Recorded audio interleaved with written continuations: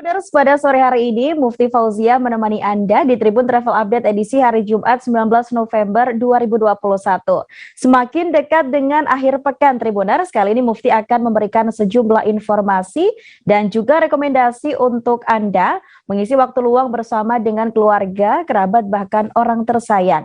Disampaikan secara langsung bersama dengan sejumlah reporter kami di beberapa daerah. Inilah Tribun Travel Update selengkapnya. Baik Tribuners, untuk mengawali informasi kali ini, Mufti akan mengajak Tribuners untuk menuju ke Provinsi Sulawesi Utara. Di sana ada Festival Laikit yang digelar di Desa Laikit, Kecamatan Dimembe, Kabupaten Midut, Provinsi Sulawesi Utara. Pada festival ini ditampilkan potensi budaya desa tersebut, Tribuners. Di antaranya ada beragam tarian serta teater tentang cerita dunia Umbanua dan juga Kolintang. Festival ini dilaksanakan dengan mematuhi protokol kesehatan dan pastinya adanya festival ini disebut untuk mendukung Likupang sebagai satu dari 5 destinasi super prioritas di Indonesia. Untuk tahu bagaimana acaranya sudah ada rekan kami Arthur Rompis dari Tribun Manado. Halo, selamat sore Arthur. Ya, selamat sore Mufti dan Tribuners. Ya. Baik, rekan Arthur. Bisa diinformasikan rekan Arthur, apa sebenarnya yang menarik dari Festival Laikit ini, Arthur? Ya, Tribuners, Festival Desa Laikit di Kecamatan Dimembe, Kabupaten Minahasa Utara, Provinsi Sulawesi Utara, digelar dalam rangka HUT Kabupaten Minahasa Utara yang jatuh tanggal 20 November. Jadi dalam festival ini ditampilkan berbagai macam budaya Minahasa yang sebagian besar juga budaya dari desa tersebut. Antaranya ada tari-tarian, juga ada musik, juga ada kuliner, dan juga ada upacara adat yang disebut Dumia Umbanua. Jadi ini upacara adat kuno yang sudah punah, tapi masih hidup di tengah-tengah warga desa Laikit. Jadi Tribuners, festival tersebut juga untuk digelar dalam rangka bagaimana suatu kiat, suatu ikhtiar dari Kabupaten Minahasa Utara untuk mulai bangkit di era pandemi. Jadi mulai menggelar festival pariwisata tentunya dengan protokol COVID kesehatan yang ketat. Demikian. Baik Arthur, lalu dari kabar atau informasi yang kami dapatkan ini, di festival ini juga ada atau disajikan kuliner khas dari Laikit. Apakah benar dan seperti apa sajiannya, Arthur? Ya, Tribuners, ini di Desa Laikit itu hampir sebagian besar penduduknya adalah mata pencarian ikan air tawar. Jadi yang disajikan di situ adalah hasil-hasil dari ikan air tawar budidaya dari warga setempat, yaitu ikan-ikan mujair, ikan mas, ikan nila, kemudian juga ada ikan laut seperti ikan cakalang, juga aneka kue khas air Madidi yang tidak ada di tempat lain di daerah Minahasa Utara. Jadi seperti itu rekan Mufti. Baik rekan Arthur, lalu dari adanya festival ini Arthur, kira-kira bagaimana sambutan dari masyarakat setempat terkait dengan festival yang ada, Arthur? Jadi sambutan dari masyarakat setempat dan juga pemerintah cukup meriah. Itu terbukti dari banyaknya warga yang hadir karena acara tersebut digelar dari pagi hingga malam dan selalu dipenuhi oleh warga yang menonton. Jadi ini juga merupakan salah satu tontonan budaya yang sudah lama tidak disaksikan oleh warga, di mana saat ini berlaku PPKM, jadi aktivitas warga diperketat dan tidak memperoleh kesempatan untuk menyaksikan atraksi-atraksi tersebut. Jadi ini baru kali ini disajikan selama masa pandemi dan semua ini disambut meriah, disambut hangat oleh warga sekitar. Baik Arthur, terima kasih Arthur atas informasi Anda. Kami tunggu informasi Anda selanjutnya dan selamat bertugas kembali Arthur. Baik Tribuners, kali ini kita akan mengintip wisata Malioboro di Yogyakarta yang kini mulai kembali ramai. Pastinya jika Tribuners berlibur ke Jogja, ini kurang lengkap rasanya tanpa wisata ke Malioboro. Setelah sempat tutup Tribuners, Malioboro sudah kembali dibuka untuk kunjungan wisatawan sejak pelonggaran PPKM di Yogyakarta, Jawa Tengah, dan wisatawan pun tampak ramai berkunjung ke tempat ikonik di Jogja ini. Baik itu wisata belanja hingga kuliner, semua bisa dilakukan Tribuners di kawasan Malioboro. Pastinya dengan tetap menerapkan protokol kesehatan Tribuners. Seperti apa informasinya? Sudah ada rekan kami Nia dari Tribun Travel. Halo, selamat sore Nia. Halo, sore rekan Mufti. Oke Nia, bisa diinformasikan kapan kira-kira Malioboro ini dibuka lagi untuk wisatawan yang mungkin sudah lama ingin main ke sana Nia? Nah, seperti yang kita tahu, Malioboro itu kan termasuk salah satu destinasi wisata yang begitu populer bagi wisatawan di Yogyakarta maupun dari luar daerah. Setelah sempat tutup selama beberapa bulan ketika pandemi ini, Malioboro sudah mulai ramai dikunjungi wisatawan sejak sekira bulan September kemarin ketika adanya penurunan level PPKM di Yogyakarta. Dan hingga kini, baik di akhir pekan maupun di hari biasa, itu sudah cukup ramai wisatawan yang berkunjung ke Malioboro. Begitu rekan Mufti. Baik rekan Nia. Lalu ketika Anda berkunjung ke sana, ke Malioboro ini, bagaimana suasana wisata Malioboro setelah dibuka kembali Nia?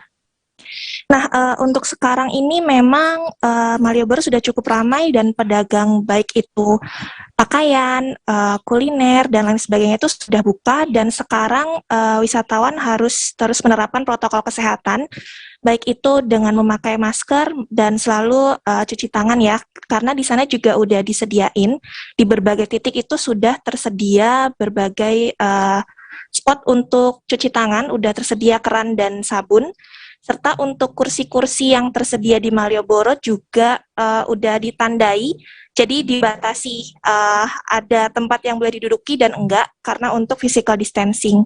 Begitu rekan Mufti. Baik rekan Nia, tadi disebutkan mengenai protokol kesehatan yang memang sudah cukup ketat di sana. Lalu kira-kira juga Tribuners ingin datang ke sana, mungkin yang belum pernah ke sana, kira-kira aktivitas yang bisa dilakukan selama di Malioboro seperti apa Nia? Nah, selama berkunjung ke sana, traveler itu bisa, yang pertama, wisata belanja, karena Malioboro itu terkenal banget sebagai tempat belanja batik juga ya. Jadi ada pakaian, baju, celana, daster-daster batik dengan harga yang terjangkau, terus kaos-kaos dengan gambar-gambar khas Jogja begitu. Lalu ada pula aksesoris, kuliner, serta aneka kerajinan tangan, hingga oleh-oleh makanan untuk dibawa pulang, seperti bakpia itu semua ada di Malioboro. Begitu rekan Mufti. Baik, luar biasa. Terima kasih rekan Nia atas informasi Anda. Semoga informasi Anda ini juga bisa memberikan informasi untuk Tribuners yang ingin berlibur ke Yogyakarta. Selamat bertugas kembali Nia. Baik Tribuners, masih banyak informasi yang akan kami sajikan untuk Anda. So, sejenak kami akan kembali dengan informasi menarik lainnya. Tetaplah bersama kami di Tribun Travel Update. Fase awal matur stage atau tahap berbahaya itu Kang. Jadi mulai artinya terjadinya perlembekan. Nah itu untuk penetrasi akan sulit begitu ya. Dok, saya ini menurut saya memang tidak mudah. Bukan urusan tanah diambil. Kalau misalnya Amerika Serikat sekarang, Rasulullah mengatakan dalam sebuah hadis bahwa berpuasa di 6 hari Syawal itu. Oke, apa kabar Bang Arif di sini untuk strateginya? Ya. Kalau saya sendiri di Jumit 37 ini yang semalam baru mulai, apa yang dirasakan Kapten Hitam? Sebenarnya aku nggak ngerasa itu penangkapan atau penggerebegan atau apapun itu, karena gitu posisinya aku kriteria. Jadi kita mengenal disebut dengan stroke yang tidak berdarah dengan stroke yang berdarah. Stroke yang tidak berdarah itu biasanya ditandai dengan adanya penyumbatan. Kalau itu penyumbatan di sini mungkin pikirnya tidak ke situ kali ya, tapi kalau di Korea atau di Kamboja itu ada beberapa paper yang saya itu Mas, ya dulunya tukang koran. Oh gitu ya. Tukang koran. Ya saya baca itu Pak. Tuh kan pernah baca kan? Ya. Jadi kalau saya jadi pangdam itu udah bersyukur banget. Si anak ini dijadikan sebagai tersangka begitu. Ya kalau Ini kita bicara yang di luar kasus Situbondo ya. Dengan nama hujan shower, di mana terdapat batas jelas antara daerah hujan dan tidak hujan yang biasanya terjadi pada fase awal mature stage atau tahap Berbahaya dewasa. itu Kang. Jadi mulai artinya terjadinya berlembekan. Nah itu untuk penetrasi akan sulit gitu ya. Dok, saya ini menurut saya memang tidak mudah. Bukan urusan tanah diambil. Kalau misalnya Amerika Serikat sekarang, Rasulullah mengatakan dalam sebuah hadis bahwa berpuasa. Baik Tribuners, Anda kembali menyaksikan Tribun Travel Update bersama saya, Mufti Fauziah. Tribuners, kali ini ada rekomendasi wisata di Desa Bonto Lempangan, Kecamatan Bontoa, yakni Istana Kars Maros. Daya tarik utama Istana Kars ini disajikan dengan beragam wahana Tribuners. Demi menarik pengunjung menikmati keindahan Istana Kars ini, kemudian dihadirkan berbagai inovasi seperti area camping ground dan masih banyak lagi Tribuners. Lokasi ini pastinya cocok digunakan sebagai tempat untuk berlibur bersama dengan keluarga, apalagi keindahan alam ini juga disajikan di sana Tribuners. Untuk tahu bagaimana keindahan dan juga informasi di sana, sudah ada rekan kami Nurul Hidayah dari Tribun Timur. Halo, selamat sore Nurul. Selamat sore Mufti. Baik rekan Nurul, bisa diinformasikan apa saja yang menjadi daya tarik dari wisata di Istana Kars Maros ini, Nurul? Baik Tribuners, bagi Tribuners yang akan berakhir pekan di Maros ini ada satu wisata yang masih tergolong baru dan memiliki banyak sekali pemandangan alam yang sangat luar biasa yang namanya adalah Istana Kars Maros. Nah, kelebihan dari juga ini ada beberapa spot-spot foto yang paling utama seperti yang pertama Sumur Jodoh, yang kedua ada yang namanya Goa Labirin, dan yang ketiga adalah Istana Kars itu sendiri yang bisa kita lihat saat memasuki pintu utama dari tempat wisata ini. Selain itu juga ada pemandangan persawahan yang sangat luas dan ini tentunya sangat memanjakan mata dan juga ini benar-benar sangat luar biasa, memang sangat cocok untuk digunakan sebagai tempat berlibur bersama keluarga. Baik Nurul, tadi disebutkan terkait dengan daya tarik dari wisata Istana Kars Maros ini, lalu mungkin bisa diinformasikan untuk Tribuners yang mungkin ingin datang ke sana, fasilitas apa yang ada di Istana Kars Maros ini, Nurul? Baik Tribuners, untuk menarik pengunjung, ini kemarin baru saja di launching namanya familiarization trip, di mana ini ada beberapa wahana-wahana seperti pemancingan ikan, dan juga ada yang namanya rakit, di mana rakit ini dibuat secara sangat tradisional menggunakan bambu yang dapat digunakan untuk mengelilingi Istana Kars Maros ini. Selain itu juga akan ada namanya camping trip, di mana ini camping trip memang menyasar kaula-kaula muda dan juga tentunya bagi keluarga-keluarga yang ingin melakukan camping, ini lokasinya sangat pas, juga sangat menyatu dengan alam seperti itu. Dan untuk mereka yang ingin melakukan camping di tempat tersebut, ada baiknya membawa peralatan sendiri. Namun jika tidak sempat, ini akan juga ada tempat untuk penyewaan tenda dan juga alat-alat untuk camping lainnya, seperti itu. Baik Nurul, lalu apakah ada dampak positif bagi pemerintah daerah Maros sendiri dari adanya program familiarization trip di Istana Kars Maros ini, Nurul? Baik, untuk dampaknya sendiri ini sangat besar sekali ya Tribuners, apalagi memang Pemkab Maros akhir-akhir ini sedang menggenjot namanya program desa wisata seperti itu, sehingga dengan adanya familiarization ini masyarakat di daerah tersebut juga akan diberdayakan untuk kemudian mengolah bersama-sama Istana Kars Maros tersebut. Seperti nantinya juga akan diadakan pemandu wisata. Nah, pemandu wisata ini nantinya akan diambil oleh masyarakat sekitar desa situ, sehingga juga mereka nantinya selain untuk Pemkab Maros juga ini berdampak kepada perekonomian warga sekitar. Hanya itu juga nantinya empang yang tadi saya sebutkan, empang itu nantinya akan, maksud saya pemancingan yang saya sebutkan tadi itu nantinya akan digunakan atau akan dibentuk dari empang-empang warga sekitar. Jadi memang untuk penghasilan, maksud saya keuntungan dari Istana Kars ini sangat banyak, baik dari segi pemerintahannya maupun juga dari segi masyarakatnya. Baik, rekan Nurul. Terima kasih rekan Nurul atas informasi Anda. Selamat bertugas kembali. Dan Tribuners, terkait dengan informasi ini kami juga sempat melakukan wawancara dengan Muhammad Asfar, Ketua Panitia dari Trip Istana Kars Maros dan juga Bupati Maros, Haidir Syam. Berikut informasinya untuk Anda. Ingin sampaikan bahwa kegiatan kami ini adalah kegiatan launching and familiarization trip Istana Kars, di mana launching ini sekaligus peresmian daya tarik wisata baru yang ada di Bonto Lempangan ini. Adapun rangkaian familiarization itu adalah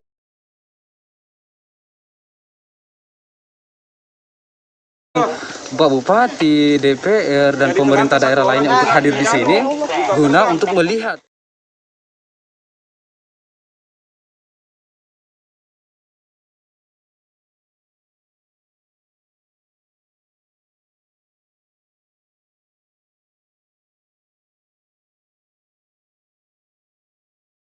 dan juga bagaimana sarana dan prasarana di Istana Kars ini.